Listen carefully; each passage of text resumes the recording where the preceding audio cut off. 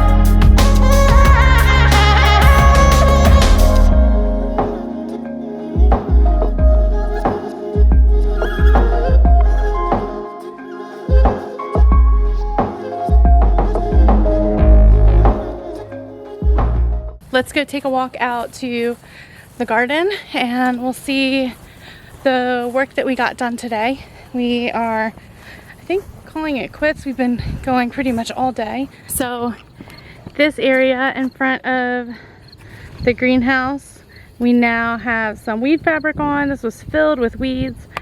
We will plant here next season, and when we go to plant, we can just put the holes in the woven ground fabric that is already on the ground.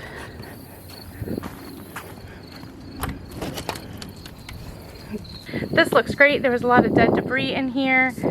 Weeds, we filled out, we cleaned out the beds, got that mixed up, swept the floors, got all the debris out of here. Drew came through with the leaf blower and cleaned it up even more. These guys will start going in the ground tomorrow.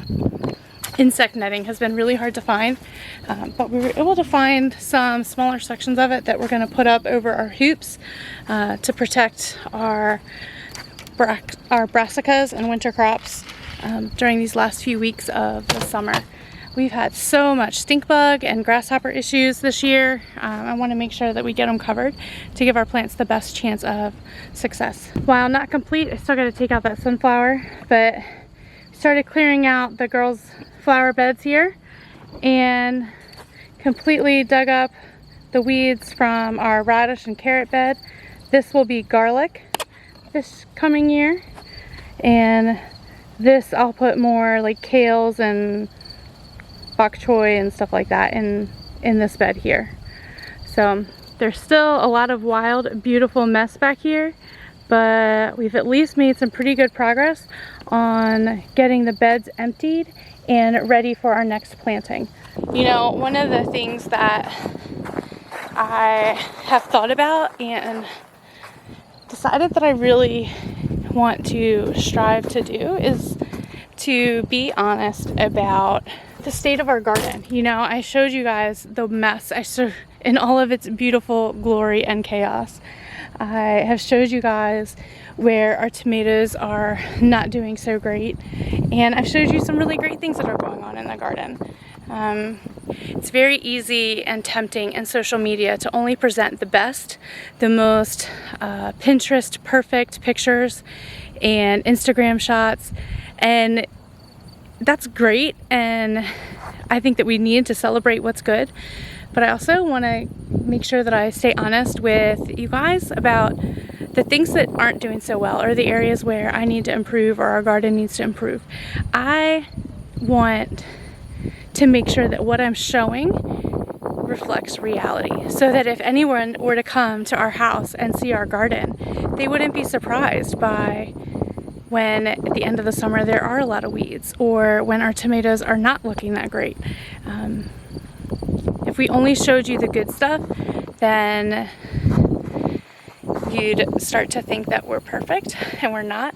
And also, I don't want to discourage new gardeners, because when you first start out and the only thing you're seeing by these people that you are following and learning from, and they're only showing the good stuff, and you start your garden and things start to go wrong, like, it's very easy to feel like a failure or to be overly disappointed, and you shouldn't be.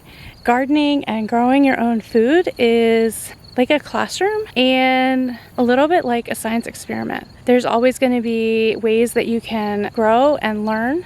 So I just want to be true to that and show you guys the reality of managing a garden the size that we are, with kids and lives and all of that.